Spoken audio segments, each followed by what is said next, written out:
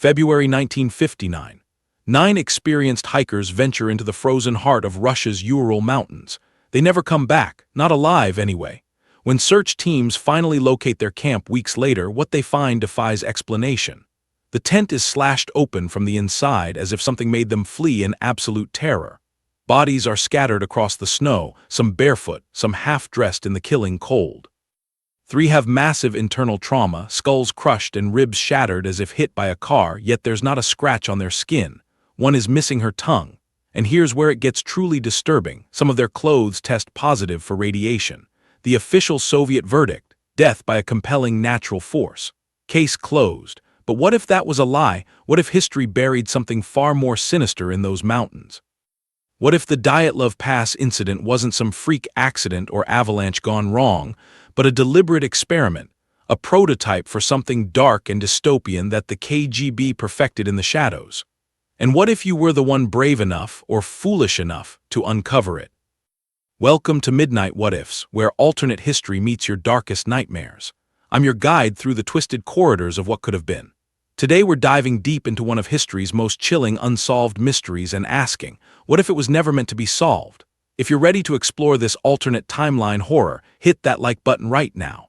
Subscribe and turn on notifications because trust me, you won't want to miss where this goes.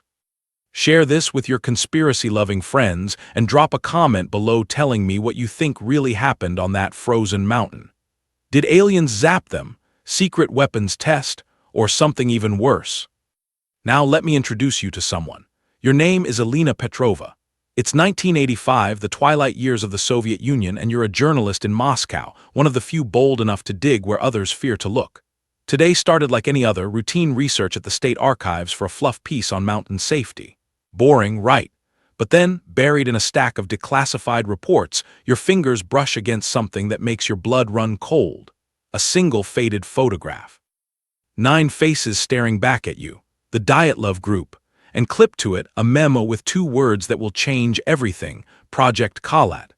As you read those words, the archive suddenly feels smaller, colder, like the walls are watching, because you just found something you were never supposed to see. As you read those words, the archive suddenly feels smaller, colder, like the walls are watching, because you just found something you were never supposed to see. Project Collat. The name echoes in your mind like a warning bell, and your hands tremble slightly as you pull the photograph closer. 9 faces frozen in time. Literally. The Dyatlov group, all dead within days of this picture being taken. You know the official story by heart. Everyone in the Soviet Union does. February 1959, 9 experienced hikers set out to reach Ural Mountain in the northern Urals. They never made it. Search and rescue found their tent ripped open from the inside, their bodies scattered in the snow with injuries that made no sense. Hypothermia, the official report declared. A compelling natural force. Case closed, comrades, nothing to see here. But this memo attached to the photograph, this changes everything. Project Collat. Collat Siakal. That's the mountain where they died, its name meaning dead mountain in the local Mansi language. Coincidence? You've been a journalist long enough in Moscow to know that in the Soviet Union there are no coincidences, only carefully constructed narratives and the truth that hides beneath them. The memo is heavily redacted, black bars covering most of the text, but you can make out fragments. Field test. Non-lethal deterrent, psychological impact assessment, remote location, authorization level red. And then, chillingly, at the bottom in faded typewriter ink, results exceeded parameters. Program continuation recommended under revised designation Project Avalanche. You glance up from the document, suddenly aware of how quiet the archive has become. The other researchers who were here earlier have gone. It's just you now and the file clerk at the front desk. An older woman with steel gray hair pulled tight into a bun, wearing those thick-rimmed glasses that seem standard issue for Soviet bureaucrats. She's watching you. Not obviously, not overtly, but you catch her gaze flicking toward your table every few seconds. How long has she been doing that? Your heart rate picks up. Paranoia is a survival skill in 1985 Moscow, not a character flaw. You've learned to trust your instincts because the alternative can land you in an interrogation room or worse. You carefully photograph the memo with the tiny camera hidden in your watch, a black market treasure that cost you 3 months' salary. The click is barely audible, but it feels deafening in the oppressive silence. Then you slip the document back into its folder, return everything to its proper place, and walk toward the exit with measured, calm steps. Don't hurry. Hurrying suggests guilt. The clerk nods at you as you sign out, her expression revealing nothing, but you notice she immediately picks up her phone the moment you step through the door. Reporting to someone, or just calling her daughter? Impossible to know, and that uncertainty is what makes life in the Soviet system so exhausting. Everyone could be watching. Anyone could be listening. The Moscow winter hits you like a physical force as you exit onto the street. February in the capital, and the cold seems to seep into your bones, making you think of those hikers, fleeing their tent into temperatures that would kill them in minutes. What could make experienced mountaineers do something so irrational? The official report mentioned hypothermia-induced paradoxical undressing, where victims feel hot and remove their clothes. But that didn't explain the internal injuries. Crushed ribs, fractured skulls, massive internal trauma with no external wounds. One medical examiner compared it to being hit by a car. Another said it was like the force of a bomb blast, but without the burns or shrapnel. And then there was Lyudmila Dubinina, missing her tongue and eyes. The report suggested scavenging animals, but scavengers don't selectively remove soft tissue while leaving everything else intact. They're not that neat. Your apartment is a 30-minute metro ride away, and you spend the journey mentally cataloging what you know, what you can prove, and what you're guessing. The metro car rocks and sways, fluorescent lights flickering overhead, casting everyone in a sickly pallor that makes them look half dead already. An old babushka clutches her shopping bag and stares at nothing. A young soldier sleeps against the window, his uniform crisp and his face exhausted. Normal people living normal Soviet lives, unaware that somewhere in the vast machinery of their government, people died as test subjects for something called Project Avalanche. If that's what you're really looking at, if this isn't just your imagination running wild, fueled by too many late nights and too much weak coffee. Your apartment building is a typical Khrushchevka, those cheaply built concrete blocks that define Soviet architecture, all function and no beauty. 5 floors, narrow stairwells that smell like boiled cabbage and old cigarettes, walls so thin you can hear your neighbor's television through them. Home. You climb to the 3rd floor, keys already in hand, and that's when you notice it. A piece of paper on the floor just inside the gap under your door, white against the dark wood. Your stomach drops. No one should have access to your floor except residents, and none of them would leave you a note. They barely acknowledge your existence, which is exactly how you prefer it. Anonymous neighbors are safe neighbors. You pick up the paper with trembling fingers. The message is typed, no signature, no identifying marks. Just 7 words that make your blood run to ice. Dyatlov was no accident. Stop now. The paper feels ordinary, standard office stock, the kind you could find in any government building in Moscow. But the message itself, that's extraordinary. Someone knows what you found. Someone knows you're digging into this. And someone wants you to stop. The question is, how did they know so fast? You only discovered that memo a few hours ago. Unless the archive clerk really was reporting on you. Unless your apartment has been bugged all along and you just never knew it. The paranoia spirals, thoughts racing faster than your heartbeat. You step inside, lock the door behind you, throw the deadbolt and the chain for good measure. Not that locks mean much if the KGB decides to come calling, but they provide a thin illusion of security. Your apartment is small, just a single room with a kitchenette and a bathroom the size of a closet, but it's yours. Books line the walls, mostly approved Soviet literature with a few forbidden Western novels hidden behind false covers. Your typewriter sits on the small desk by the window, surrounded by notes for the fluff piece you're supposed to be writing. Mountain safety tips for the modern Soviet hiker. Riveting stuff. Except now you have a real story, a dangerous story, the kind that could make your career or end it permanently. You brew tea, your hands still shaking slightly as you pour the hot water. The note sits on the table, those 7 words staring at you like an accusation. Stop now. But you can't stop. Not now. Not when you're this close to something real. This is what you became a journalist for, not to write propaganda disguised as news, but to uncover truth. Even if that truth is buried under 26 years of official lies, even if that truth could get you killed. You sip the tea, bitter and weak, and try to formulate a plan. Who can you trust? Who can you tell? The answer in 1985 Moscow is simple and terrifying. No one. That's when you hear it, a knock at the door. Sharp, purposeful, authoritative. 3 knocks that could only mean one thing. Your teacup freezes halfway to your lips. Nobody visits you at this hour. Nobody visits you at all. The knock comes again, more insistent this time, and a voice calls out, muffled through the door but unmistakably official. "Open up, Comrade Petrova. We need to talk." Your heart hammers against your ribs like it's trying to escape your chest. Every worst-case scenario floods your mind at once. The KGB, interrogation, a black van with no windows, disappearing into the system like so many others before you. Your hand hovers over the deadbolt, frozen in indecision, when the voice comes again, quieter this time, almost urgent. "Alina, it's me, Victor. For God's sake, let me in before someone sees." Victor, the name cuts through your panic like a knife. Victor Sokolov, your old colleague from the newspaper, back when you both had dreams of real journalism instead of state-approved propaganda. He's been out of the game for 3 years now, ever since that story he tried to publish about missing persons in the Gulag system. They didn't arrest him, nothing so obvious, just made it clear his career was over. Early retirement at 42, they called it. A gift from a grateful state for years of service. Everyone knew what it really meant. Step out of line again and the gift becomes a cell, or worse. You unlock the door and Victor slips inside like smoke, moving with the practiced efficiency of someone who knows he's being watched. He's aged since you last saw him. His hair has gone almost completely gray, deep lines carved into his face like someone's been using a blade to etch his worries directly into his skin. But his eyes, those are the same, sharp and intelligent, and haunted by everything he's seen and can't unsee. He glances around your apartment, checking the windows, the corners, the places where microphones might hide, then pulls out a small radio from his coat pocket and turns it on. Classical music fills the room, loud enough to mask conversation. Paranoia or precaution? In Moscow 1985, there's no difference. "You went to the archives today," he says, and it's not a question. You nod slowly, your mind racing. How does he know? Did he follow you? Is he working for them now? Victor seems to read your thoughts and holds up a hand. "I'm not here to turn you in, Alina. I'm here because I made the same mistake you just made 3 years ago. I found Project Collat, or rather, it found me."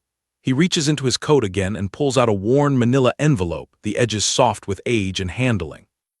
Inside are photographs, and the moment you see them, you wish you hadn't.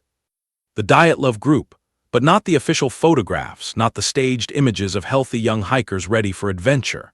These are the autopsy photos, bodies laid out on metal tables in a morgue, skin with that strange orange tint that the official reports mentioned but never explained. You've seen death before, everyone in the Soviet Union has, but this is different. These people didn't just die.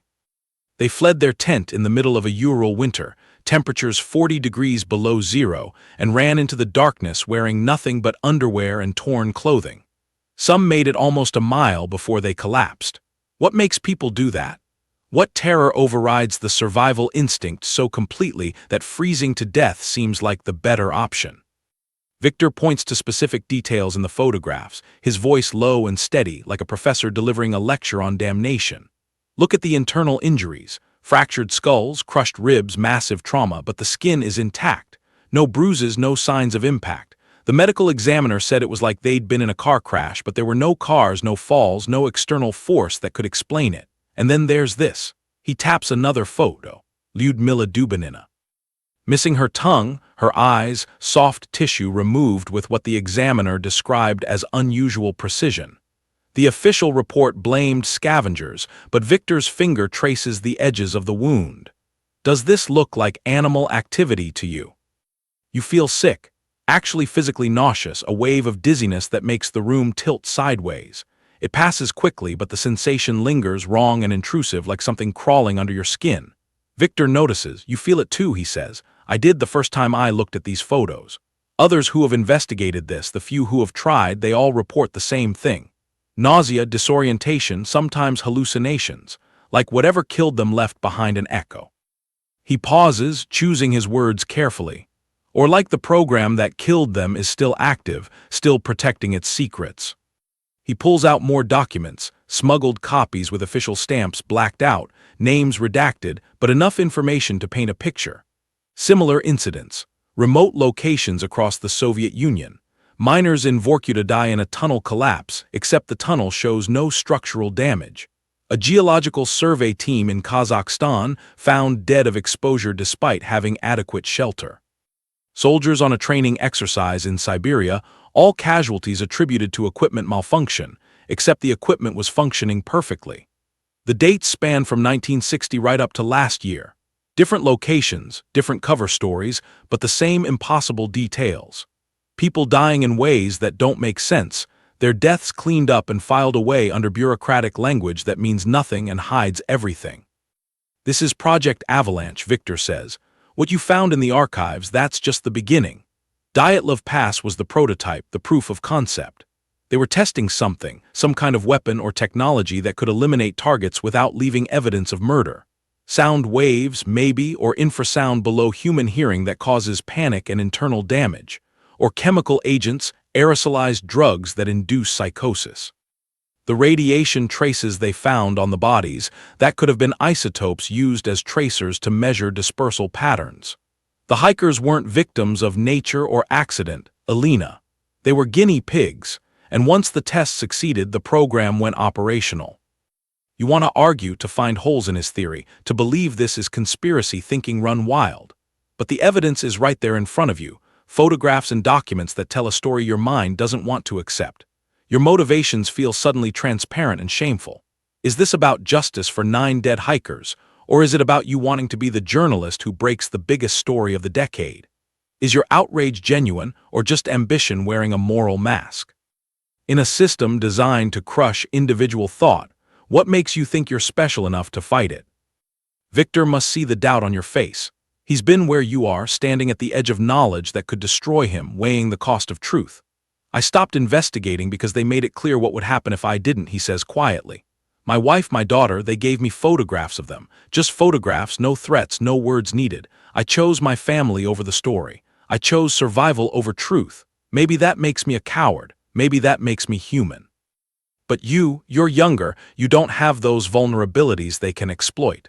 Which means you might actually have a chance, or it means you have nothing to lose when they decide to eliminate you.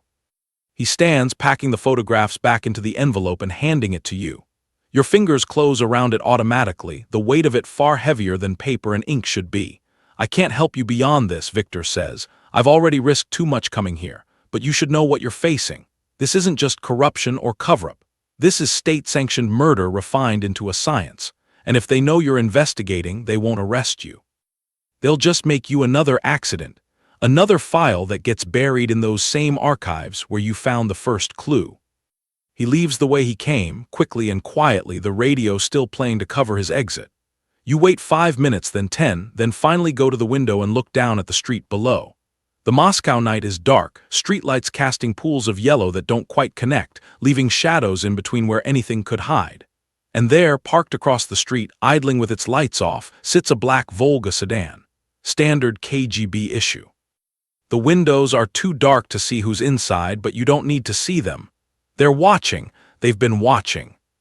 The question is, how long have they been there? Since you got home, since you left the archives, since you first decided to dig into Dyatlov Pass. Or maybe, and this thought sends ice through your veins, maybe they've been watching Victor too and they followed him right to your door.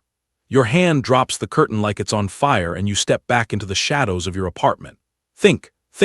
If they wanted to take you tonight, they would have already. The knock would have been louder, more insistent, backed by men with authorization papers and guns. No, they're watching, waiting to see what you do next, who you contact, where you go.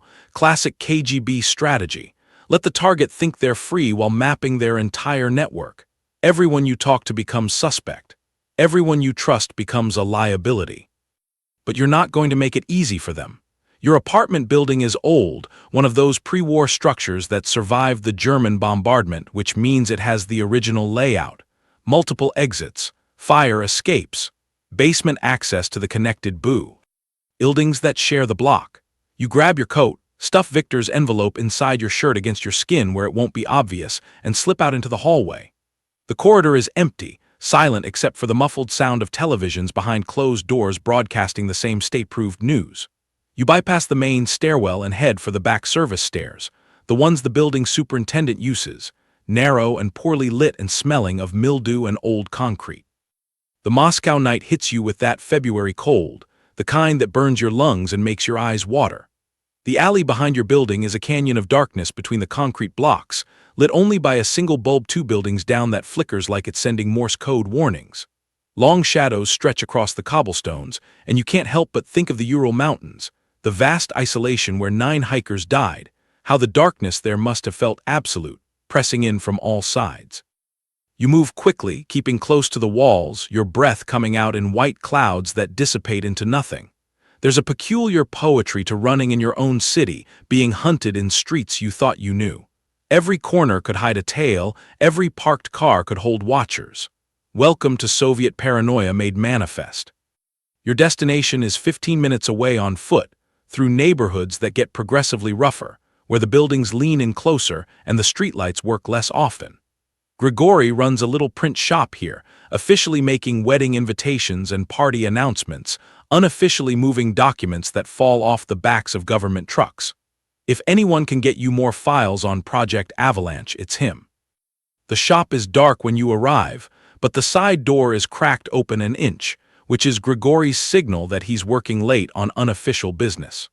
You slip inside, the smell of ink and paper familiar and oddly comforting in its mundane normalcy.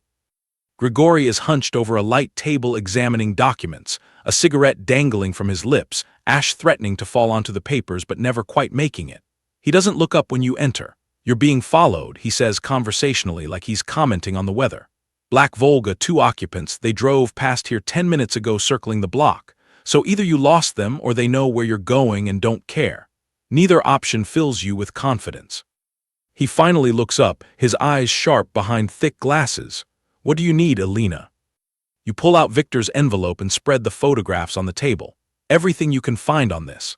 The Dyatlov incident, Project Collet, Project Avalanche. Files, reports, anything that didn't make it into the official archive. Grigory whistles low, a sound that conveys both admiration and pity. "You really don't do small stories, do you?"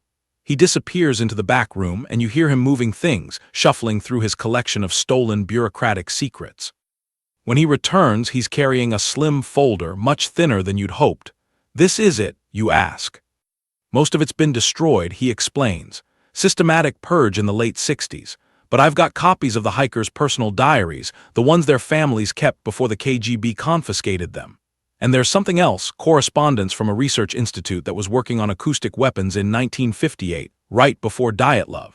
He opens the folder and points to handwritten pages, diary entries in neat Cyrillic script.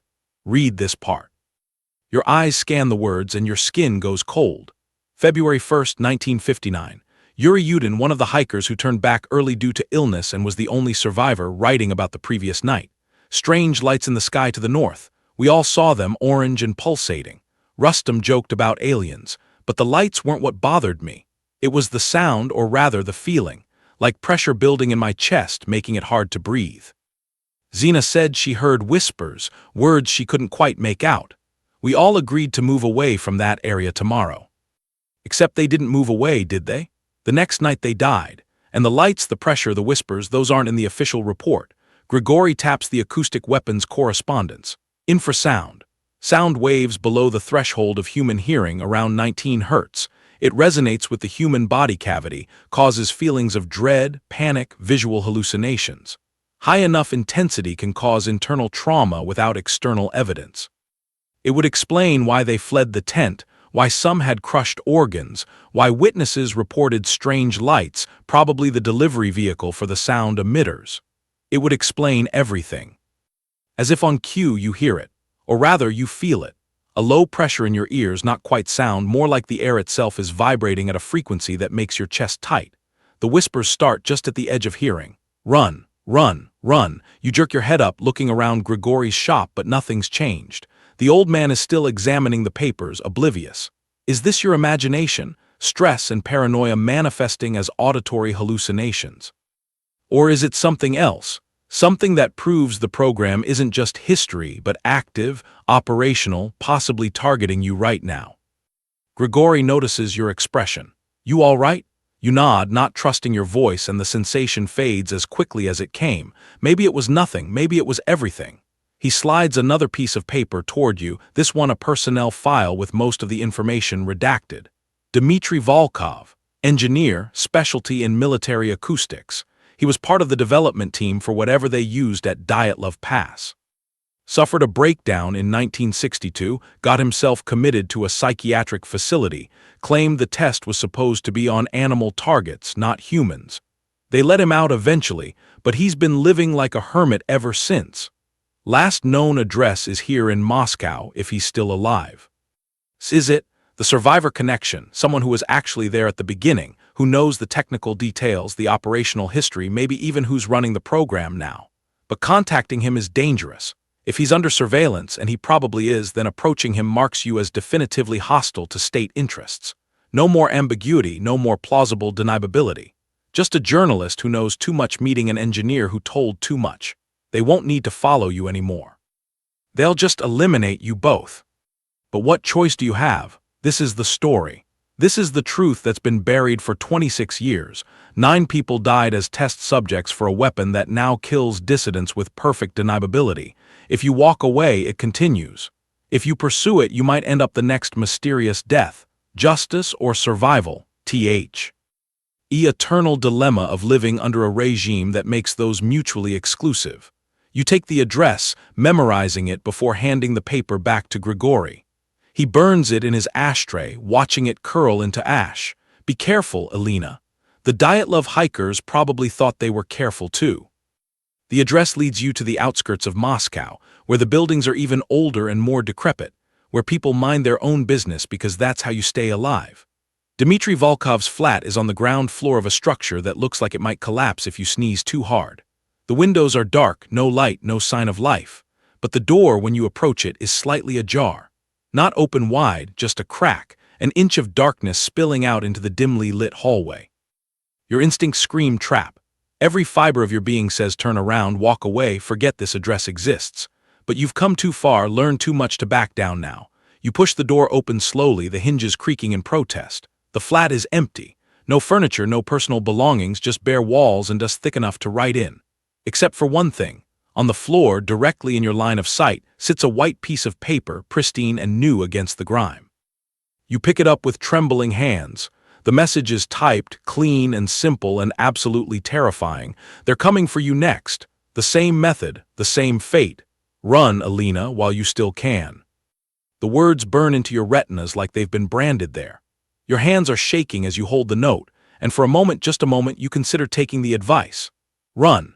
Disappear into the vast Soviet machinery, change your name, get a job in some factory town where nobody asks questions and everyone minds their business. Let the Dyatlov hikers remain a mystery, let Project Avalanche continue its silent work, let the truth stay buried with its victims. Survival over justice. Victor's choice, the choice that lets you keep breathing. But you don't run, not yet, because if they wanted you dead right now, you would be. This note is a warning, which means someone somewhere wants you to stop but hasn't been authorized to eliminate you. Yet, which gives you time, not much but enough. Your eyes scan the empty flat again, looking for what you missed the first time. Dmitry Volkov lived here once. That much is clear from the faded rectangles on the walls where pictures used to hang, the indentations in the floor where furniture stood for years. He left in a hurry, or was taken, but either way, he didn't take everything. You start searching methodically, the way you imagine investigators work, checking the obvious places first. Nothing under the loose floorboards, nothing behind the radiator. The kitchen cupboards are empty except for mouse droppings and the ghosts of meals long forgotten. But then your fingers find it, taped to the underside of the bathroom sink, wrapped in plastic to protect it from moisture. A thick envelope, and inside, blueprints. Technical diagrams with measurements and frequencies and specifications that mean nothing to you on first glance, but the header is clear enough. Project Avalanche Phase 2, Portable Acoustic Disruptor, Prototype 7. Your breath catches. This is it. The weapon itself, rendered in precise engineering detail. It's smaller than you imagined, about the size of a large radio, designed to be carried in a backpack or mounted on a vehicle. The specifications list the operational frequency at 19 Hz, exactly what Grigory mentioned, with amplitude controls that can be adjusted from mild discomfort to lethal intensity. There are notes in the margins, handwritten in what must be Volkov's script. Phase 1 results, Dyatlov test subject group exceeded expectations. 9 casualties, 0 survivors, death attributed to natural causes by authorities. Psychological effect onset within 30 seconds. Physical trauma manifested within 3 minutes. Complete operational success despite targeting error. Targeting error. Those 2 words make your stomach turn. The Dyatlov hikers weren't even the intended targets. They were just in the wrong place when someone was testing this nightmare device, and it killed them anyway, killed them so efficiently that the program got approval to continue. 9 lives erased, 9 families destroyed, all because they went camping in the wrong mountain range. The casual bureaucratic language of it, the clinical detachment, that's somehow worse than outright malice. This is the banality of evil rendered in technical specifications and test results. You keep searching, and behind a loose tile in the bathroom wall you find more. Newspaper clippings, dozens of them, spanning from 1960 to last year. Each one reports an accident or unexplained death. A writer critical of agricultural policy dies in a car crash. Except the police report, you can see clipped underneath notes no skid marks, no sign of braking, vehicle control normal until the moment of impact. A mathematician who defected to the West but was considering returning home found dead in his London apartment. Cause of death listed as heart failure despite being 32 years old and in perfect health. A journalist, eerily similar to you, dies falling from her apartment window, ruled suicide, except her article exposing labor camp conditions was scheduled to publish the next day. And in each case, the autopsy reports show the same thing: internal trauma inconsistent with the stated cause of death. Crushed organs, hemorrhaging, the signature of acoustic weapons used at lethal intensity. They perfected it. Whatever they tested at Dyatlov Pass, they refined it, made it portable, made it precise, turned it into an assassination tool that leaves no evidence of murder. The perfect weapon for a dystopian state that wants to eliminate dissidents without the bad publicity of trials or gulags. Just accidents, just bad luck, just another tragedy in a world full of them. And you're holding the proof, the blueprint that connects all of it together, that transforms conspiracy theory into documented fact. Your apartment, when you finally risk returning to it hours later, feels violated. The lock works, the door opens normally, but everything is slightly wrong. Books on your shelf are in a different order. Your desk drawer isn't quite closed the way you left it. The teacup you used this morning has been moved 3 inches to the left. Subtle changes, almost imperceptible, designed to send a message. We can get in whenever we want. Nowhere is safe. We're watching, always watching. The psychological warfare of it is brilliant in its cruelty. They don't need to threaten you openly. The knowledge that they've been here, touching your things, invading your space, that's threat enough. The phone calls start that night. You pick up, say hello, and there's nothing, just breathing. Heavy, deliberate, letting you know someone is on T. The other end, someone listening to your voice, your fear, your growing panic. You hang up. It rings again, same thing. After the 5th call, you stop answering, but it keeps ringing on and off all night, a sonic torture that prevents sleep and frays nerves already stretched to breaking. This is what the Dyatlov hikers experienced, you think, in their final minutes. This overwhelming dread, this certainty that something terrible is coming and there's no escape. Except they had 19 hertz infrasound scrambling their brains, and you just have the psychological terror of being hunted by your own government. Lucky you. By morning, you've made a decision. The blueprints, the clippings, the autopsy reports, all of it gets compiled into a dossier, hidden copies just in case. One in your apartment, buried in a place they've presumably already searched and dismissed. One with Grigory at the print shop. One in a safety deposit box at a bank across town. If something happens to you, the information survives. That's something.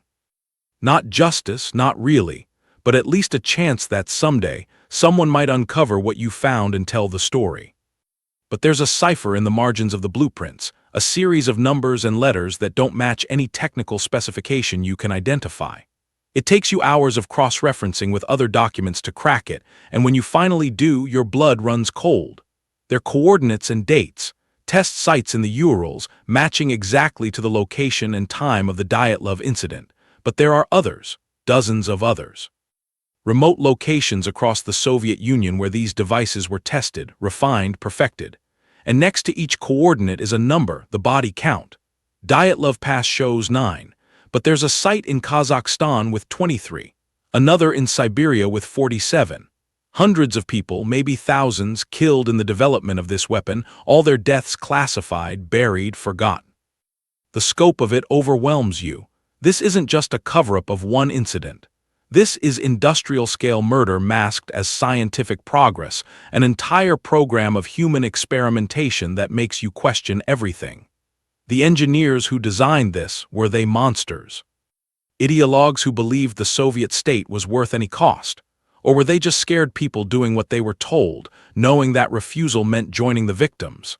Volkov had a breakdown, couldn't live with what he'd done. How many others did the same? How many are still out there, carrying the weight of these secrets, these deaths, these crimes against humanity committed in the name of security? You're so focused on the document spread across your desk that you almost miss it. A shadow in the hallway outside your door, visible through the crack at the bottom. Someone standing out there. Not moving, not knocking, just standing. Waiting. Your heart hammers against your ribs. Friend or foe. Victor coming back with more information. The KGB coming to silence you. Or maybe it's Volkov himself, still alive, reaching out to the journalist brave enough or foolish enough to chase his ghosts. There's only one way to find out. You grab the nearest heavy object, a thick hardcover book that could serve as a weapon if needed, and approach the door. Your hand hovers over the handle. This is the moment, the decision point. Open it and face whatever's waiting. Or don't and never know and spend the rest of your life wondering. But you already know what you're going to do. Because you're not the running type, apparently, no matter how much sense it would make. You turn the handle and pull the door open, ready for anything, ready for everything, ready for nothing except what's actually standing there in the dim hallway light. And when you see who it is, your entire understanding of this conspiracy shifts on its axis, because the person waiting for you is someone you never expected, someone who shouldn't be here, someone who changes absolutely everything. It's a young man barely out of his teens, dressed in a delivery worker's uniform that's too clean to be real. His face is pale, slicked with sweat despite the February cold, and his eyes dart up and down the hallway like a trapped animal searching for escape routes. He speaks in a rapid whisper before you can even form a question. They're coming. Right now. 5 minutes, maybe less. Raid team, full authorization. You need to leave. Now. Your mind races. Who is this kid? How does he know? But the terror in his voice is genuine, and you've learned to trust your instincts for survival. Is he lying? Maybe. But if he's not, standing here debating it costs you everything. Grab what you can carry, he hisses. Only what fits in your coat, forget the rest. They'll tear this place apart anyway. He's already backing down the hallway toward the rear stairwell, and you have seconds to decide. Trust this stranger or wait to see if he's telling the truth. The decision makes itself. You duck back into your apartment, stuff the most crucial documents inside your coat, the blueprints against your chest where body heat will keep them from crackling audibly, and follow him into the concrete maze of the stairwell. The Moscow night swallows you whole. The young man, who finally introduces himself as Alexei during a brief pause in an alley, is an informant, he says, low-level surveillance analyst who monitors phone taps and got wind of your file being flagged for immediate action. Why is he helping you? His sister was one of those accidents, a teacher who criticized curriculum policy and fell down the stairs at her school, except Alex saw her autopsy and recognized the internal trauma patterns from reports he'd filed. He's been waiting for someone to dig into Project Avalanche, someone brave enough or stupid enough to do what he can't. And now that someone is you, running through streets slick with ice, your breath coming in white clouds, the cold biting through your coat like teeth. The city feels different at night when you're prey. Every parked car could hold watchers. Every pedestrian could be an agent. The streetlights create pools of sickly yellow illumination separated by gulfs of darkness, and you stick to the shadows on instinct, moving from one patch of night to the next. Alexei leads you through a maze of back alleys and courtyards, routes known only to those who have spent their lives evading authority. The snow falls heavier now, thick flakes that would be beautiful under other circumstances, but now just obscure vision and muffle sound. It reminds you of the Urals, of the blizzard conditions the Dyatlov hikers faced, how the snow came down so hard they couldn't see 3 feet ahead. Did they run like this? Did they feel this same animal panic, this certainty that something terrible was closing in and there was nowhere safe to go? Alexei stops at a junction, breathing hard, and presents you with a choice. The safe house is north, he says, a basement apartment in a workers' district where no one asks questions and the KGB rarely bothers to look. You can hole up there, wait out the immediate danger, maybe make contact with others who want this program exposed. Or, and hear his voe. Ice drops even lower, there's another option. Commander Petrov, high-ranking official, oversees domestic special operations, which almost certainly includes Project Avalanche. He lives alone, his detail is light at night, and if you could get to him, confront him with the evidence directly, maybe cut a deal or force his hand. It's insane, Alexei admits, probably suicide. But it's also the only chance to expose this before they bury you and everything you've learned. What would you do? Comment below, because this is where it gets real. The safe house means survival, probably, at least in the short term. But it also means hiding, becoming a refugee in your own city, watching over your shoulder for the rest of your life, however long that might be. Confronting Petrov means action, forcing the conspiracy into the open, but it also means walking into the heart of the machine that's already decided you're expendable. And there's another layer to this moral calculus.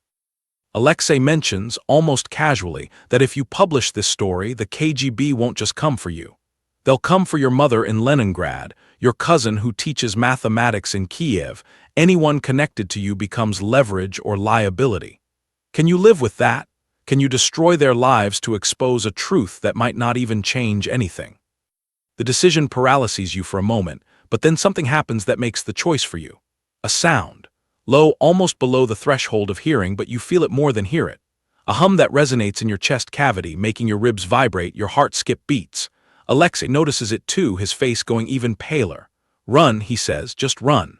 And you do, because that sound is wrong, fundamentally wrong in a way your body understands even if your mind doesn't.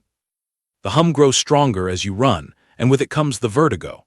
The ground tilts beneath your feet, the buildings around you seem to lean in at impossible angles. You're not in Moscow anymore, or part of you isn't.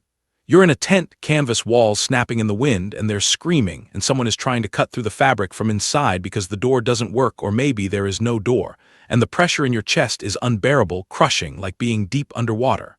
This is what they felt. The Dyatlov hikers. This exact terror. This weapon doesn't just kill.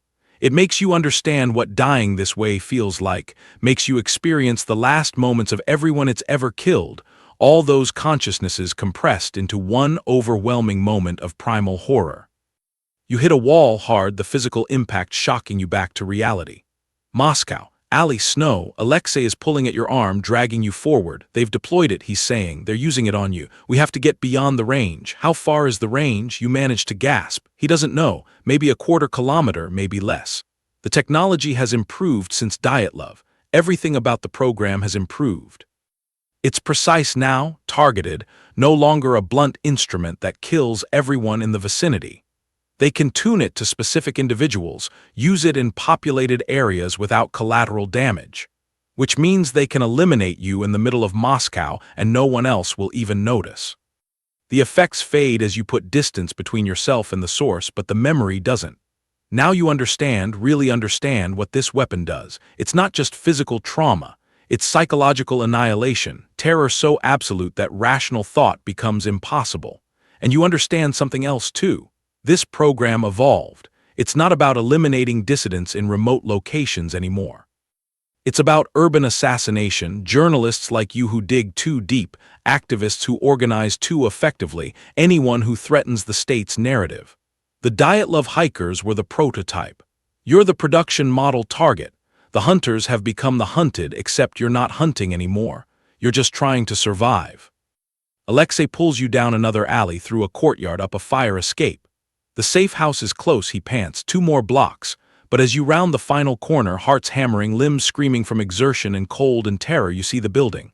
3 stories, brick facade, basement entrance around the side. Safety. Sanctuary. Maybe. You approach the door, Alexei fumbling for keys, and that's when it happens. The door doesn't wait to be unlocked. Bursts outward, slamming open with such force it tears off one hinge, and coming through it are figures, 3 of them, 4, wearing black tactical gear, faces obscured by balaclavas, moving with the practiced efficiency of people who have done this 1,000 times before. They're not shouting orders or identifying themselves. They're not here to arrest you. They're here to finish what the acoustic weapon started, and they're closing in fast, and you have seconds maybe to make one last choice. Fight, run, surrender. But Alexei is already moving, pulling you back the way you came, and you realize with a sick certainty that there is no safe house. There is no sanctuary. There is only the endless Moscow night and the people hunting you through it. And somewhere in this city is a man named Petrov who could end this or bury you deeper. and you still have the blueprints pressed against your chest. Evidence that could change everything or mean absolutely nothing, and the masked figures are gaining ground, their boots crunching in the snow. Methodical and patient because they know something you're just beginning to understand. They don't need to catch you tonight. They just need to keep you running until exhaustion or exposure or the weapon finishes the job.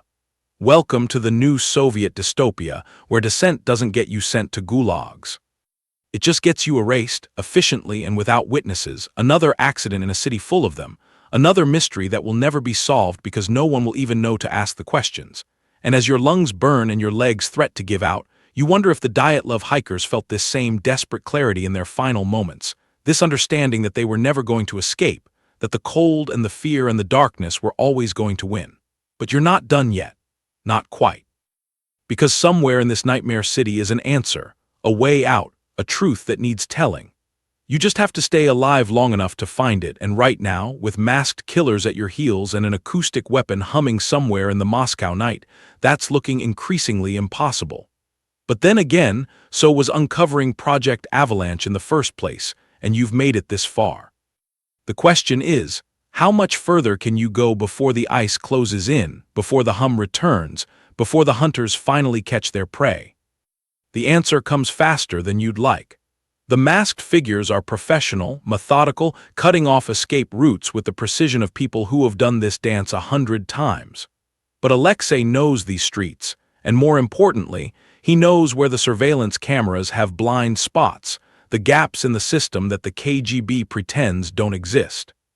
He yanks you sideways into an alley so narrow your shoulders brush both walls, and the pursuers overshoot by precious seconds, enough time to make the next turn, duck under a fire escape, emerge in a courtyard that connects to a different street entirely.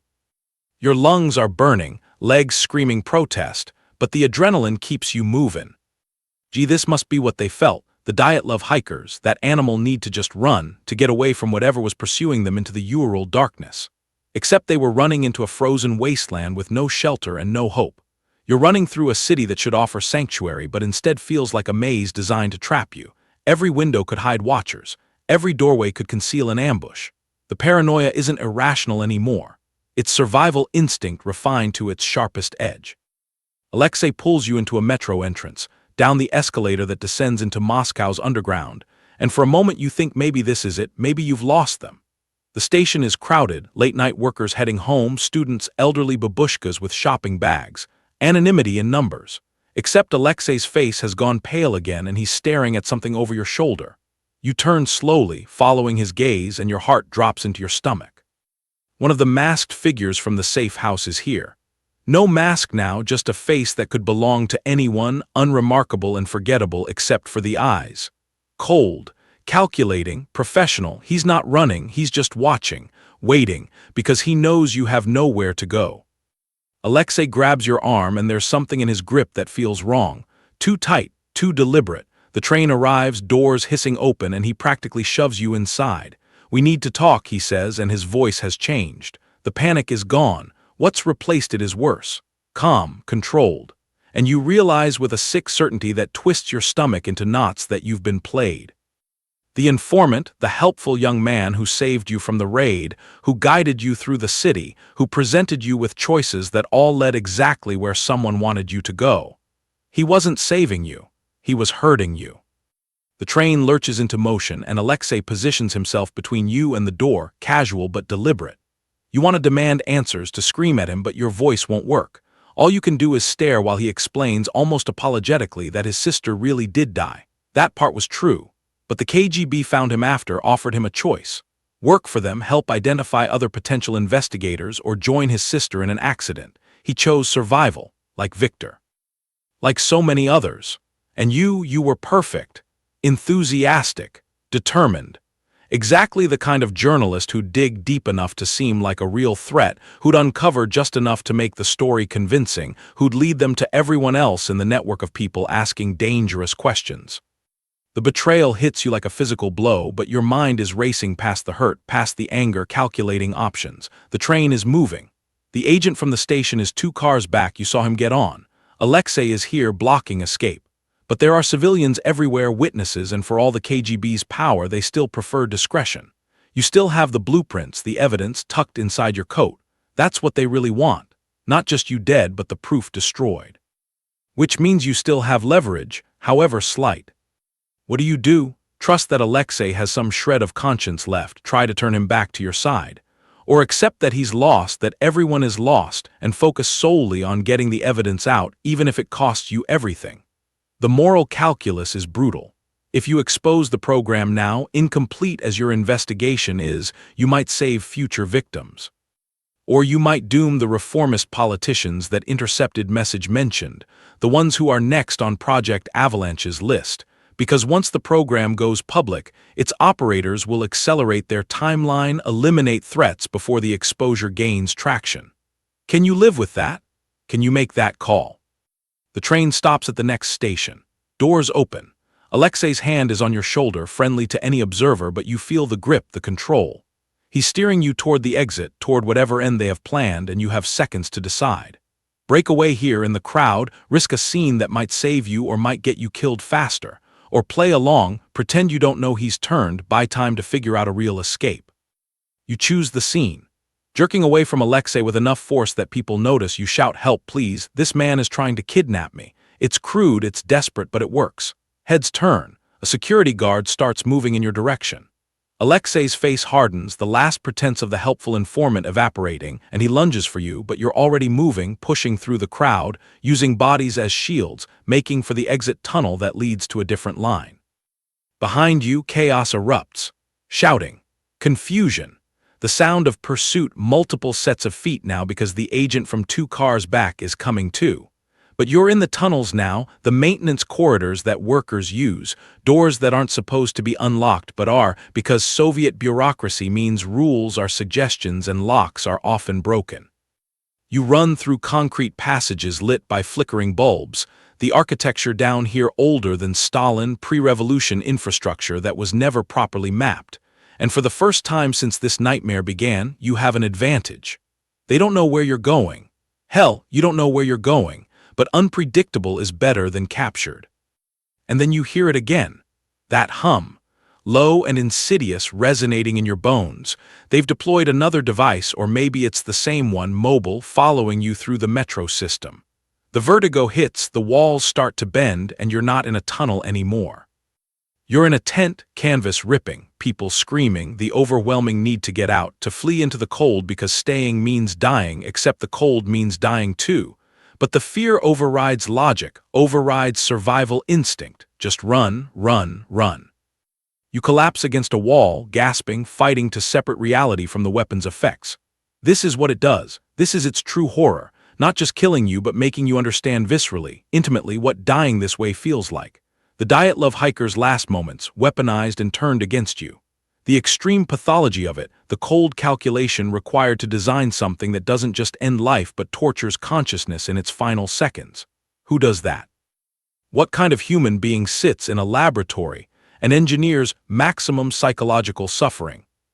The hum fades, or maybe you've moved beyond its range and you're back in the present in the tunnel with pursuers closing in. But now you notice something. Maintenance records posted on the wall, yellowed and water-stained. Service logs for the station above. And one entry dated last month, mentioning acoustic dampening panels installed in the northwest quadrant due to noise complaints. Northwest quadrant. That's where the government buildings cluster. That's where Commander Petrov would be, the official whose name Victor mentioned, the one who oversees domestic operations. The choice crystallizes. You can keep running, try to disappear into Moscow's vastness, protect yourself, and hope someone else eventually exposes Project Avalanche. Or you can do what you came here to do. Confront power with truth.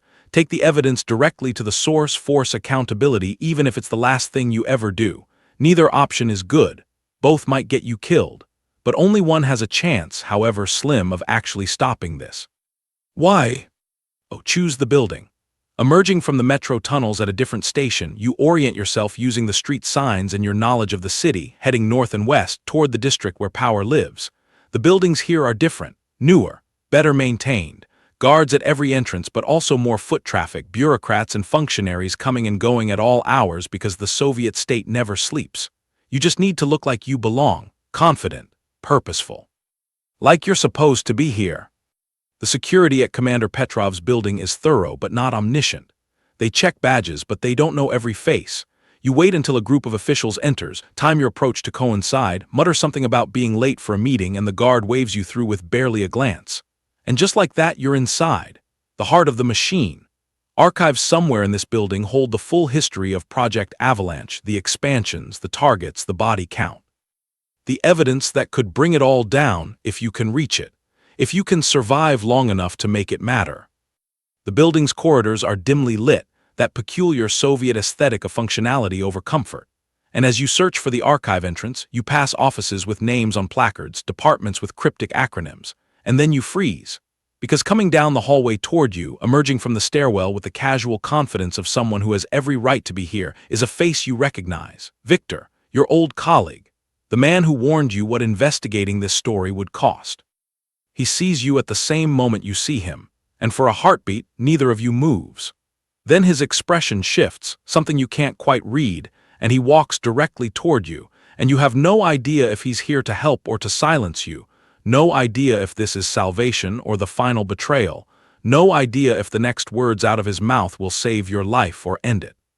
His hand reaches for your arm, and every muscle in your body tenses for fight or flight, but his grip is gentle, urgent, and he leans in close enough that you can smell the cigarettes on his breath. "Come with me," he whispers. "Right now. Don't argue, don't ask questions, just move." There's something in his voice, a tremor of fear that you recognize because you've been living with it for days now, and that fear, paradoxically, makes you trust him just enough to follow. He guides you down a corridor, then through a door marked maintenance access only, down a narrow stairwell that descends deeper than you thought possible, into tunnels that must run beneath the entire government district. The walls here are damp, sweating moisture that reflects the single flickering bulb every 20 meters, and the air smells of mildew and old concrete and something else, something chemical that you can't quite identify. Victor doesn't speak until you're deep enough that sound wouldn't carry, and then he stops, turns to face you, and the expression on his face is pure anguish. "They have my daughter," he says simply. "Marina, she's 8 years old. They took her from school 3 days ago, told me she was in protective custody, showed me photographs of her sleeping in some apartment I don't recognize. Said as long as I cooperate, she stays comfortable. The moment I stop, she becomes another accident, another file, another mystery." He laughs, but there's no humor in it, just the sound of something breaking. "So I've been cooperating. Feeding them information on anyone who asks the wrong questions, anyone who digs into old files, anyone who might uncover Project Avalanche. Including you, Alina, especially you." The confession hits you like a punch, but you don't interrupt. Let him talk, let him explain. Because right now, in this tunnel beneath Moscow with the weight of the state pressing down from above, you need to understand who's truly on your side and who's just another piece in their game. Victor continues, his voice dropping even lower as if the walls themselves might be listening. "But I didn't sign up for this. None of us did. I was a journalist. I believed in truth. I believed that even in the Soviet Union, even under all this oppression, truth mattered. And then I found out what they did at Dyatlov Pass, what they've been doing ever since, and I realized the truth doesn't matter. Only power matters, only control, and they have all of it." He pulls out a keycard, military issue, probably stolen or obtained through blackmail. "There's a lab," he says, 3 floors down from here, accessible through these maintenance tunnels. That's where they design the devices, where they test the frequencies, where they keep the records of every operation.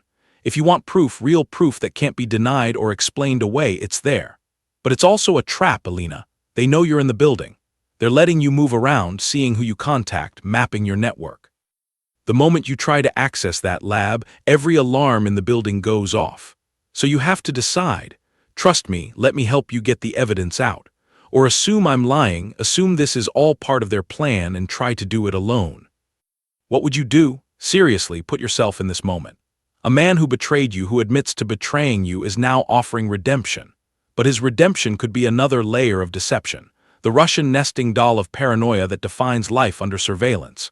Can you afford to trust anyone? Can you afford not to?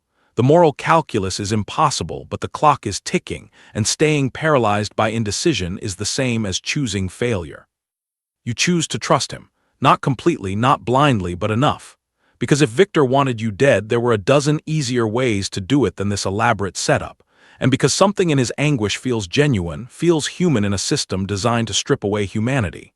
All right, you say, show me the lab. But if this is a setup, if you're leading me into an ambush, I swear I'll take you down with me. He nods, almost relieved, like he expected you to refuse, like your willingness to trust him is some kind of absolution. Let's go. The descent continues, through tunnels that grow progressively more institutional, more deliberately constructed. This isn't old infrastructure, this is new, this is designed for secrecy. Victor uses the keycard at 3 different checkpoints, each one unmanned at this hour, automated security that relies on authorization codes rather than human judgment. And then you're there. A heavy steel door with a biometric scanner, and Victor hesitates. This is it, he says. Once we go through, there's no turning back. They'll know, they'll come. We'll have maybe 10 minutes before this place is swarming with agents. 10 minutes to find what you need and get out. The door opens with a pneumatic hiss, and the lab beyond is exactly what you imagined and nothing like it. Clinical. Sterile, rows of workbenches with oscilloscopes and frequency generators, walls lined with filing cabinets, and in the center, mounted on a pedestal like some kind of unholy altar, a device the size of a suitcase. The portable acoustic disruptor from Volkov's blueprints, but this is the real thing, not just diagrams but actual hardware. And surrounding it, scattered across the nearest workbench, are documents, test logs, operational reports. And the one you grab first, the one that makes your blood run cold, is titled Origin Assessment, Project Avalanche Incident 0. You read it by the dim light of the lab, Victor standing guard at the door, and the truth unfolds in clinical, bureaucratic language. The Dyatlov hikers weren't targets. They were never meant to die. In January 1959, the Soviet military was testing a new acoustic weapon system in the Ural Mountains, designed to disorient enemy troops without conventional weapons. The test site was supposed to be clear of civilians, a remote stretch of wilderness where no one would wander. Except 9 experienced hikers did wander there, set up their tent less than 2 kilometers from the test zone, and when the scientists activated the device, the hikers died. Not immediately, not cleanly. They experienced such overwhelming psychological terror that they fled their tent, tearing through it from the inside, running into temperatures that would kill them, and some, like Lyudmila Dubinina, possibly inflicted injuries on themselves or each other in their panic. The internal trauma, the crushed ribs and fractured skulls, those were consistent with falls and impacts during their frantic flight. The radiation traces came from the thorium used in the device's emitter array. And the worst part, the part that makes you want to vomit right there in the sterile lab, is that the scientists responsible saw this as a success. Civilian casualties were regrettable, but the test proved the weapon worked. It could induce fatal levels of panic in targets. It could force people to kill themselves without the state lifting a finger. Perfect deniability, perfect control. And so instead of shutting down the program, they refined it, made it portable, made it precise. Turned an accident into an assassination tool, and spent the next 26 years perfecting murder disguised as misfortune. You find the names of the scientists, the ones who designed this nightmare. They weren't monsters, not at the start. They were physicists, engineers, true believers in Soviet progress who thought they were building defense systems. But somewhere along the way, somewhere between the first test and the 100th body, they stopped being scientists and became something else. Technicians of death, bureaucrats of suffering. You find a memo from one of them, dated 1973, justifying continued testing despite mounting casualties. For the security of the state, he wrote, for the protection of the people. As if those words meant anything when you're the one engineering ways to kill the people you're supposedly protecting. The extreme pathology of it, the cognitive dissonance required to maintain that ideology, it's almost incomprehensible. Almost. But you've seen enough of human history to know that people can justify anything if the alternative is confronting what they've become. Victor hisses from the doorway, we need to go. Now, but you're not done. The prototype device on the pedestal, that's the evidence you need, the smoking gun that proves everything. You can't take it, it's too large, too heavy, too obvious, but you can destroy it. Smash the components, disable the emitter, make sure this particular weapon never kills again. Or, and this thought makes your stomach churn, you can steal the key components, take them as leverage, as insurance, as proof that can't be dismissed as forged documents or conspiracy theory. The moral weight of that decision is crushing. Keep pieces of a murder weapon to save yourself? How does that make you any different from the scientists who built it? You choose leverage, pragmatism over principle, survival over moral purity. You dismantle the key components small enough to fit in your coat pockets, the emitter array and the frequency modulator, the pieces that make it work. And you grab every document you can carry, stuffing them inside your shirt, against your skin where they'll be harder to take from you. Victor is practically dragging you toward the door now, and you're just turning to follow when the alarms start. Not sirens exactly, more like a deep thrumming pulse that resonates through the entire building, through the walls, through your bones. Lockdown protocol initiated, a flat mechanical voice announces over speakers you didn't know were there. All exits sealed. Security teams en route. Victor's face goes ashen. They knew he breathes. They've been watching the whole time. This whole thing was a trap, and you realize he might be right, that your trust was misplaced, that you've just walked into the exact scenario they wanted. But you also have what you came for: evidence, proof. The components of the weapon that's killed hundreds. And you're not giving it up without a fight, even if that fight is hopeless, even if the agents closing in have orders to eliminate you and make it look like you never existed. The door you came through is sealed now, heavy bolts sliding into place with mechanical finality. There's another exit, Victor says, pointing to a ventilation shaft in the ceiling. It's a squeeze, it's risky, but it's the only way out. Or you can stand and fight, here in this lab surrounded by the instruments of your potential destruction, and hope that somehow, impossibly, you can turn their trap against them. What final gambit will you play? The question is whether you'll survive long enough to see it. The answer starts with a choice, and you make it fast.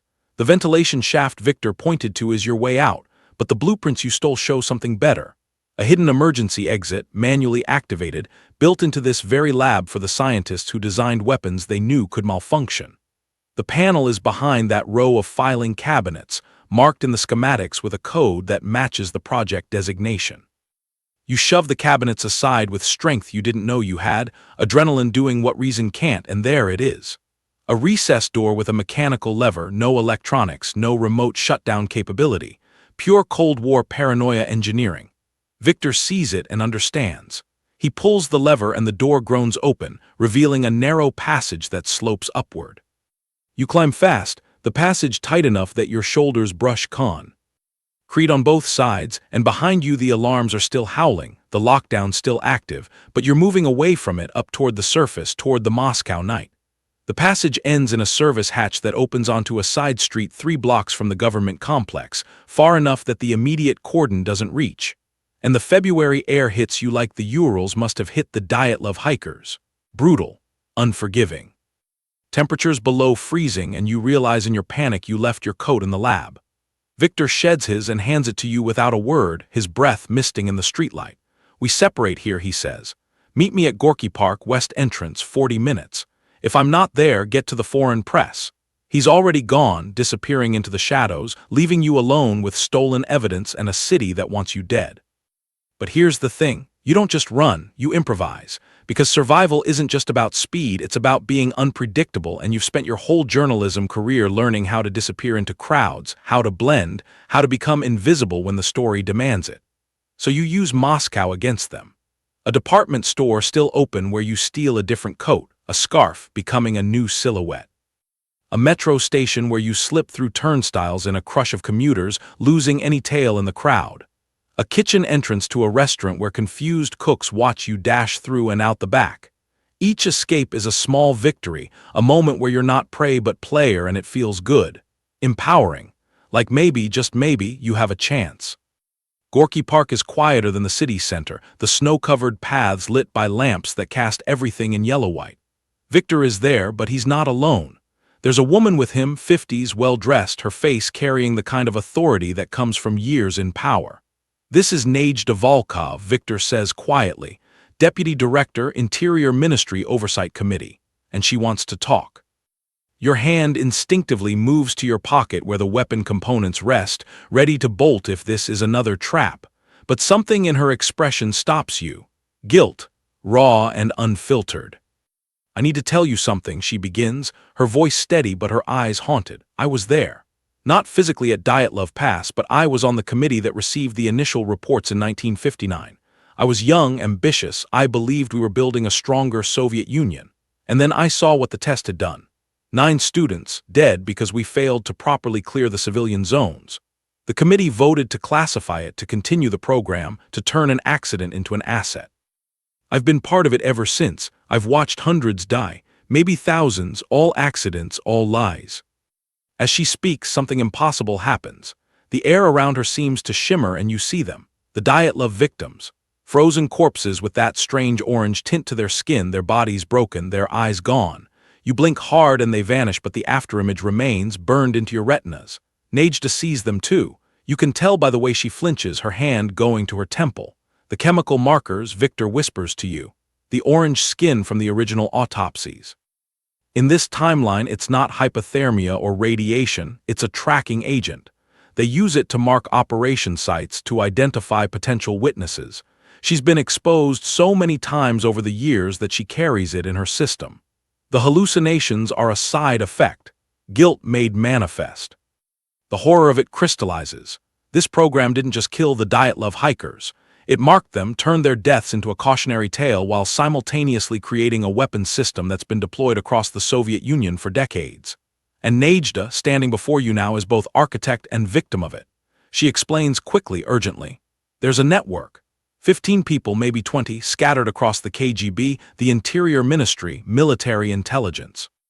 All of them complicit, all of them wanting it to end but paralyzed by fear and bureaucracy. But if you have evidence, real proof, they can act.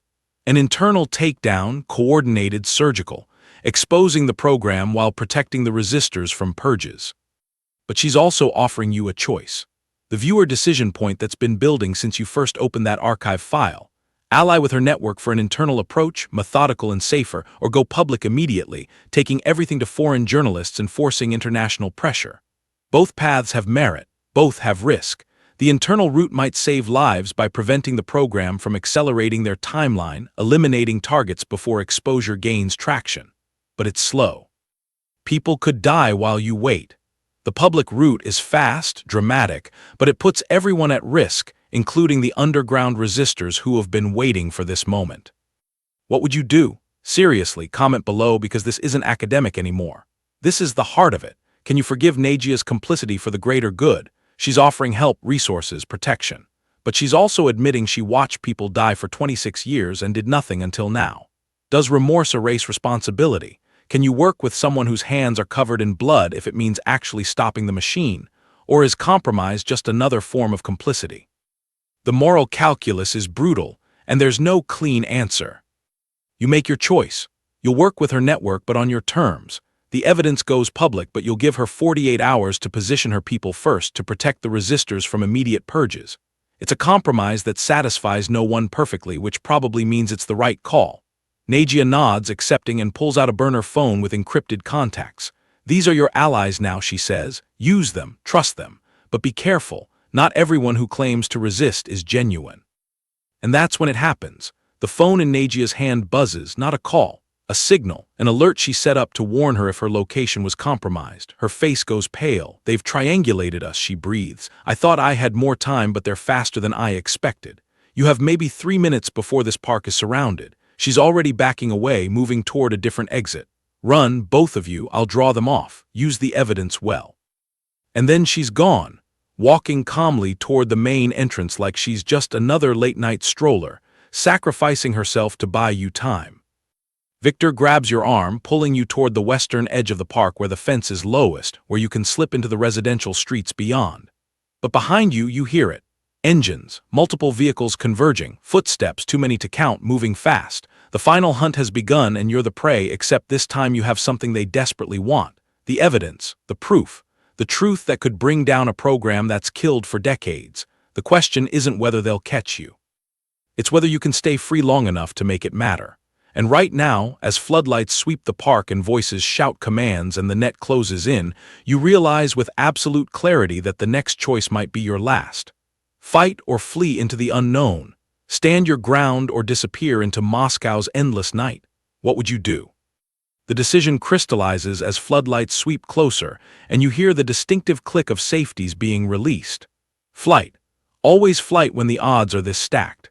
Victor knows it too, grabbing your arm and pulling you toward the park's western edge where a maintenance access tunnel leads into Moscow's vast system. It's not glamorous, it's not heroic, but survival rarely is.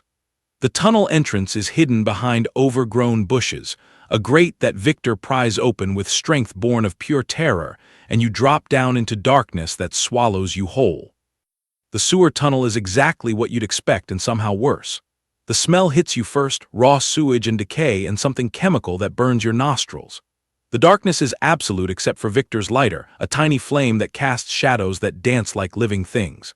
The tunnel is narrow, forcing you to crouch, to wade through water that you desperately hope is just water, and behind you, muffled by concrete and earth, you can hear them, agents, shouting, searching.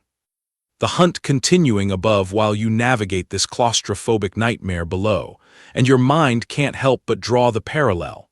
The Dyatlov hikers fleeing their tent in the night, driven by panic into an environment that would kill them. Is this your tent moment? Your point of no return? Victor leads, his knowledge of the city's infrastructure impressive for a journalist who supposedly just writes stories. Too impressive, maybe. That thought lodges in your brain like a splinter and you can't shake it. How did he know about this tunnel? How did he know exactly where Nagia would be? How did he know the lab's location, the emergency exit, all of it? The pieces start clicking together in a way that makes your stomach drop. You slow down, putting distance between you and Victor, letting him get a few meters ahead before you speak. How long have you been working for them? He stops, the lighter flame flickers, and for a moment you think it'll go out, plunging you into total darkness. When he turns, his face is a mask of resignation. Since the beginning, he admits quietly, since before you even filed your request to see the Dyatlov files, they flagged you as a potential problem after your article on the radiation leaks. I was assigned to monitor you, to guide you, to make sure that if you found anything, they knew about it first. But it's not what you think, Alina. I'm not loyal to them, I'm trapped by them. There's a difference. The whodunit horror of it unfolds as you force yourself to review every interaction, every piece of information he gave you. The anonymous contact who sent the initial files, that was him, wasn't it? Setting the hook. The safe house that turned out to be compromised, he knew it would be. And Nagia, the defector with her network of resistors and her guilt-soaked hallucinations, was she real or just another layer of the trap? Victor's expression answers before his words do. She was real. Her guilt is real, but her offer to help, that was theater. She's supposed to retrieve the evidence you stole, bring you in alive if possible, eliminate you if necessary. And I was supposed to deliver you to her, which I did. The betrayal should hurt more than it does, but you've been operating on paranoia for so long that it almost feels like confirmation rather than revelation.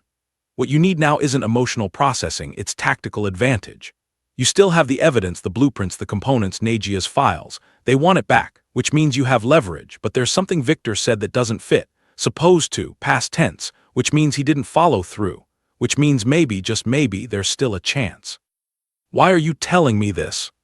Because I'm tired, he says simply. Tired of being afraid, tired of watching people die, tired of the whole machine. My daughter is real, Alina, that part was true, and they do have her. But what's the point of getting her back if the world she grows up in is this? A place where people like you can be erased for asking questions, where truth is whatever the state decides it is, where fear is the only currency that matters. So I'm making a choice. Help you get the evidence out, even if it costs me everything. Even if it costs Marina. He pulls something from his coat, a small cassette tape in a plastic case. I took this from the lab while you were gathering the blueprints. It's the original audio recording from the Dyatlov test. The hiker's final moments. You need to hear it. The world needs to hear it. You take the tape, hands shaking, and in that moment the dynamics shift. You're not hunted prey anymore, you're someone with a weapon, a truth that can't be denied or explained away. But there's no tape player down here in the sewers, and above the search is intensifying. You need to surface, need to find a way to broadcast this, to make it matter before they catch you. Victor knows a place, an old radio enthusiast's workshop that still has equipment, 3 blocks from here if you can make it through the tunnels. It's a risk, everything is a risk now, but what choice do you have?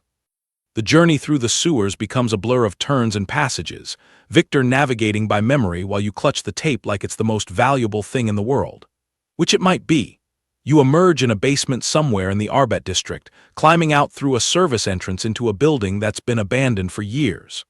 The workshop is on the 3rd floor, access through a fire escape, and when you finally get inside, it's exactly as promised. Old radio equipment, broadcasting gear, cobbled together from Soviet surplus and black market components.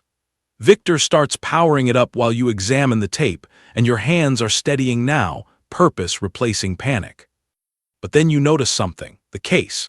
It has a label handwritten dated February 1st, 1959, the night before the incident, but underneath in different ink there's another note: test recording, revised parameters, actual incident February 2nd. Revised, which means there was more than one test, which means the Dyatlov hikers weren't just in the wrong place at the wrong time. They were there because someone wanted them there, used them. And if they could do that then, orchestrate casualties to refine a weapon, what's stopping them from doing it now? What if your investigation, your chase through Moscow, your narrow escapes, what if it's all just another test? What if they're studying how far someone can be pushed, how much truth someone can uncover before they break or die or disappear? You confront Victor with this theory and his face goes pale. He doesn't deny it. He can't. Because he knows, has probably known from the beginning, that the only way to truly escape this system is to burn it down completely, and that means making your evidence, your story, too big to contain. He gets the broadcasting equipment working and you load the tape. The audio that plays is worse than anything you imagined. Screaming.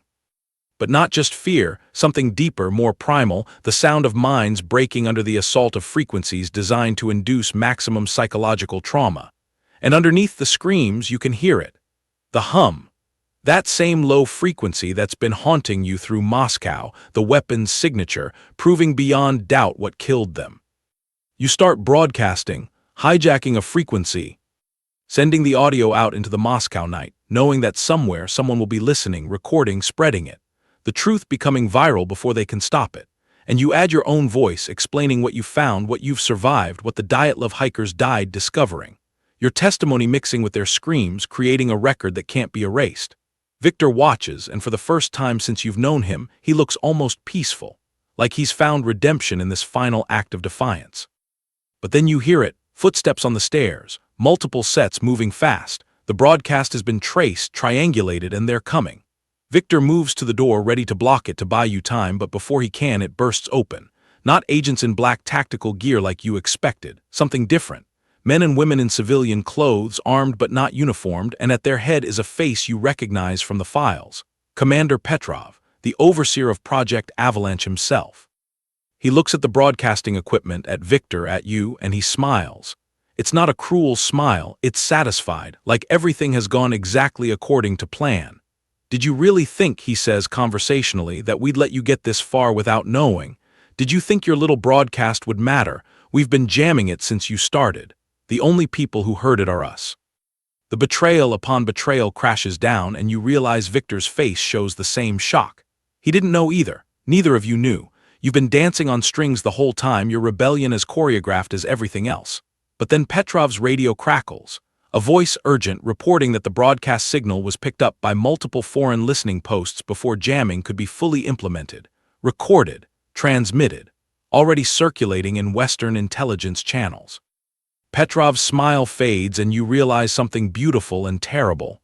They're not omniscient. They're not perfect. They made a mistake. Let you get too close, gave you too much rope, and now the truth is slipping through their fingers. Reinforcements arrive, pouring through the door, but these are different. Military intelligence, not Petrov's people, and there's confusion, shouting, jurisdictional disputes erupting as different branches of the Soviet security apparatus collide in this shabby workshop. Chaos. Beautiful, empowering chaos. And in that chaos, you see your opening. Not escape, not exactly, but something better. Your moment to make your stand, to take everything you've learned and weaponize it against the machine that created it. The tape is still playing, broadcasting to an empty frequency maybe, but also recorded on multiple devices, spread across systems, impossible to fully suppress now. And you have one more card to play. The weapon components you stole, still in your pockets. What would happen if you destroyed them here? If you made it impossible for them to rebuild this particular prototype? How many lives would that save?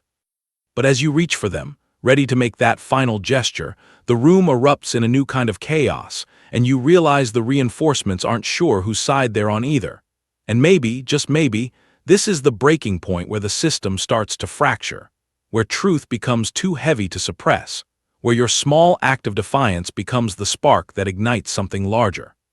Your moment to make your stand, to take everything you've learned and weaponize it against the machine that created it. The chaos in the workshop intensifies, but then something shifts. The reinforcements that poured through the door, the ones creating jurisdictional confusion with Petrov's agents, they're not all military intelligence. Some of them are civilians, journalists, activists. People who heard your broadcast in those crucial seconds before the jamming took effect, people who have been waiting for someone to finally speak the truth out loud, and they're here now, drawn by your signal like moths to a flame. Except you're not the flame, you're the spark, and they're the wildfire. One of them, a woman in her 40s with a camera hanging around her neck, locks eyes with you and mouths two words. Keep talking. So you do. You grab the microphone, ignore Petrov shouting, ignore the weapons being drawn, and you speak. You tell them everything. The Dyatlov Pass incident wasn't an accident, it was a weapons test.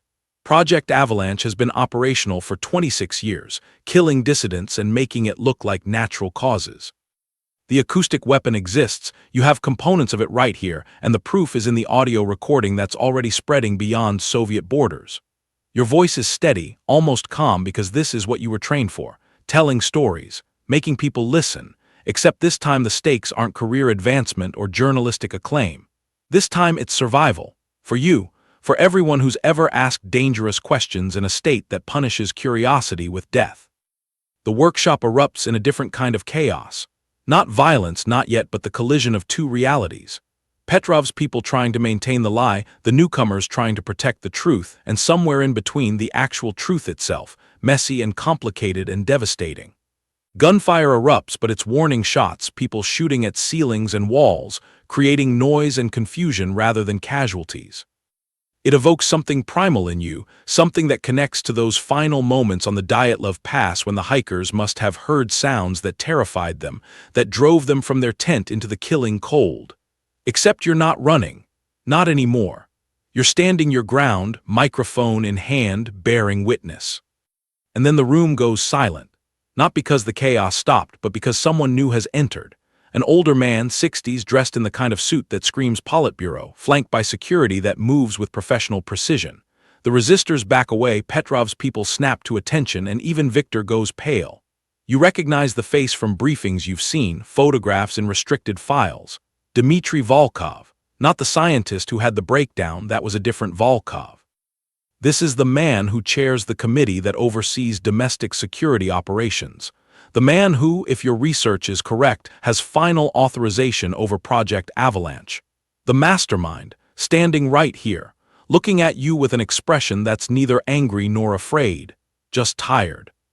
He speaks and his voice carries authority that silences the room. Enough, he says, this has gone far enough. Miss Petrova, you've caused quite a disruption. He gestures to Petrov, to the resistors, to the whole mess. International incidents, diplomatic complications, and for what? A story about an accident that happened before you were born. His dismissal is calculated, designed to minimize, to make your investigation seem petty. But you're not buying it, and you can see others in the room aren't either. You counter with the EVI. Dense, laying it out methodically. The blueprints showing the weapon's design.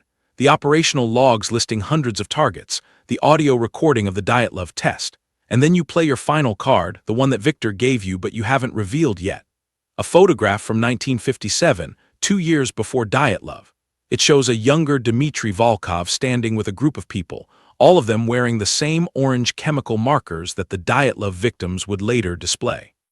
The date on the photo is listed as a memorial for victims of an industrial accident in Chelyabinsk. Except there was no industrial accident in Chelyabinsk in '57. At least not officially.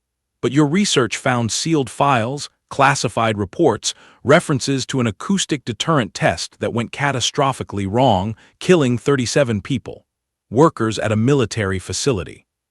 Including, if you're reading the subtext correctly, some of Volkov's own colleagues who had expressed doubts about the program.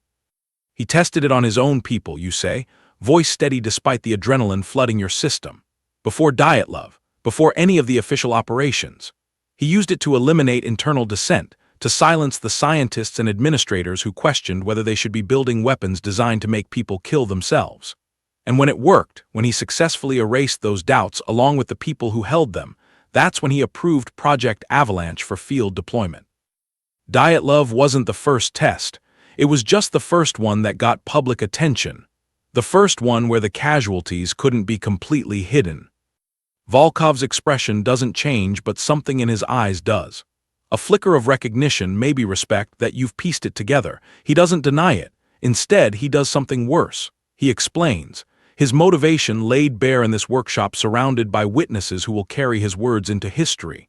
Yes, he says simply, I authorized those tests. I eliminated obstacles.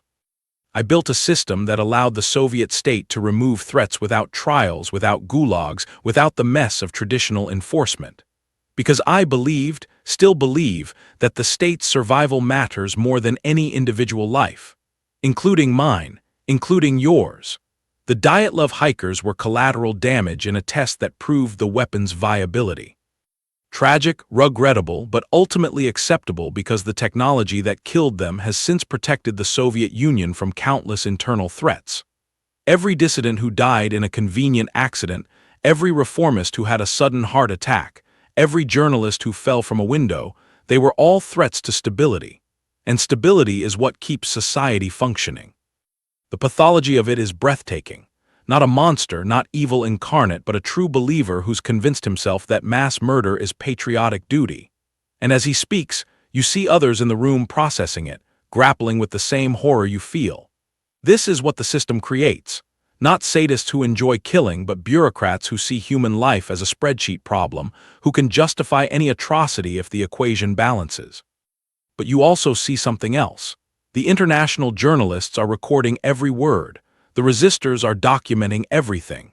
And Volkov's confession, delivered with such cold certainty, is the final piece of evidence that makes your case undeniable. He thinks he's justifying his actions, explaining the necessity. What he's actually doing is destroying the program's deniability.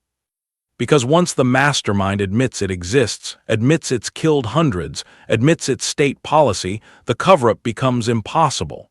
The truth becomes too big to contain. You make your decision. Not negotiation, not compromise, total exposure. You turn to the international journalists and you give them everything. Names, dates, locations, the full archive of Project Avalanche's operations. Volkov could stop you. His security could open fire right now, kill everyone in this room, and the Soviet state would come up with some explanation that the world would half believe. But he doesn't. Maybe because he knows it's too late, the information already spreading beyond his reach. Or maybe because somewhere deep in his warped psyche, he wants it to end. Wants the burden of all those deaths to be shared, judged, remembered. The confrontation reaches its peak not with violence but with revelation. Volkov admits that Dyatlov haunts him, not out of guilt but out of frustration that the test wasn't properly controlled, that 9 civilians died when they should have been nowhere near the zone. His regret isn't moral, it's operational. He wishes he'd done it better, cleaner, left no evidence. And that, more than anything else, crystallizes the horror. You're not fighting a villain who knows he's evil. You're fighting a system that's convinced evil is efficiency. Outside, through the workshop windows, you can see dawn breaking over Moscow. And with it comes something unexpected. Hope. Not naive optimism, but the real thing. The knowledge that your broadcast reached foreign listening posts, that international pressure is building. That the network of resistors Nagia mentioned is real, already moving, coordinating, using the chaos you created to expose other operations, other programs, other secrets. The Soviet system isn't invincible. It's fragile, held together by fear and lies, and you've just punched a hole in it. Volkov is arrested, not by his own people but by military intelligence officers who have decided that protecting the institution matters more than protecting one man. It's not justice, not really. It's politics, but it's something. Petrov tries to flee and is stopped. Victor stands beside you, both of you exhausted, traumatized, alive against all odds.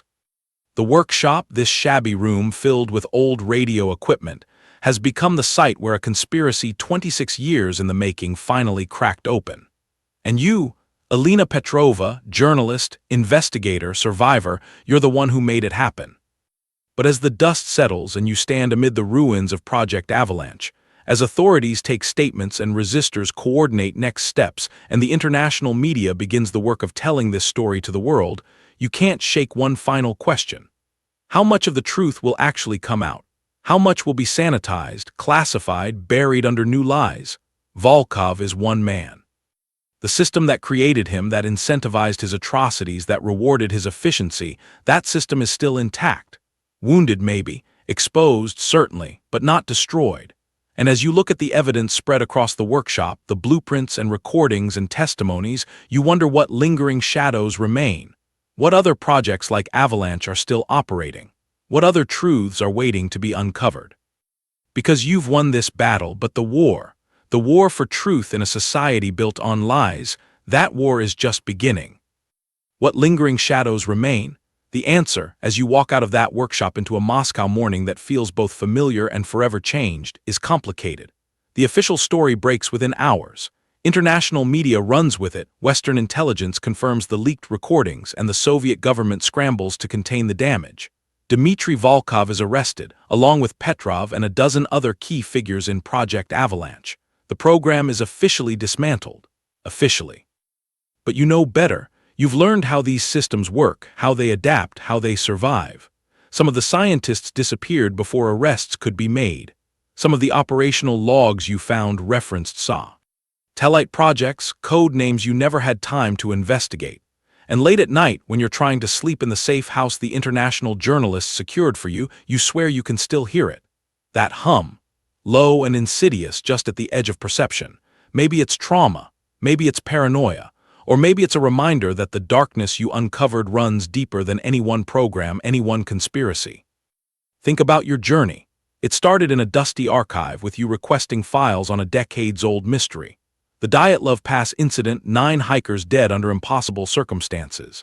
And you, driven by curiosity and ambition and that journalist's instinct that something wasn't right, you pulled the thread that unraveled everything. The chases through Moscow's frozen streets, the betrayals and revelations, Victor's duplicity and redemption, Nadia's guilt-soaked confession. The audio recording of those final screams. The confrontation with a man who believed murder was patriotic duty. Every choice you made, every risk you took, it exposed a horror that the Soviet state spent 26 years perfecting. State-sanctioned inexplicable deaths, weaponized psychology, acoustic devices that made people destroy themselves. The stuff of dystopian nightmares, except it was real. In this timeline, it was devastatingly real. But you stopped it, or at least you slowed it down, dragged it into the light where it couldn't hide anymore. That's something. That's hope, fragile and hard one, that truth can prevail against systems designed to crush it. You're forever changed, you know that.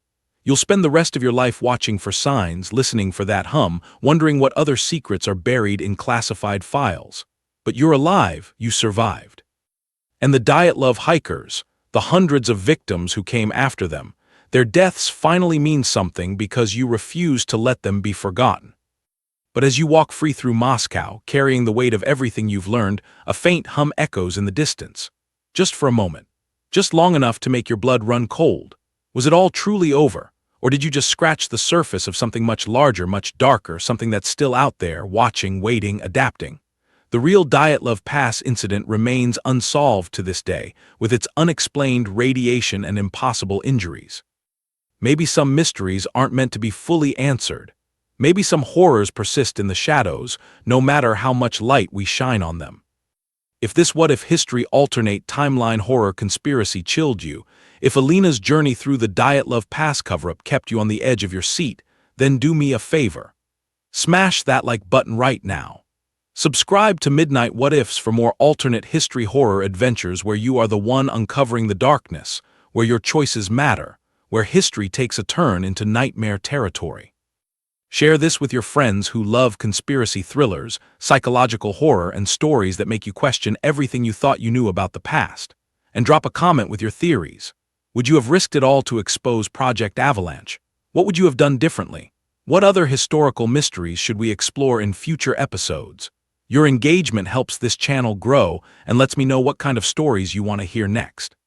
Remember, history is full of unexplained incidents, covered-up tragedies, moments where the official story doesn't quite add up. And here at Midnight What Ifs, we ask the question, what if there was more to it?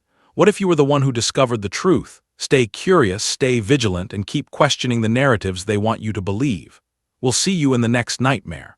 Until then, sleep well, if you can.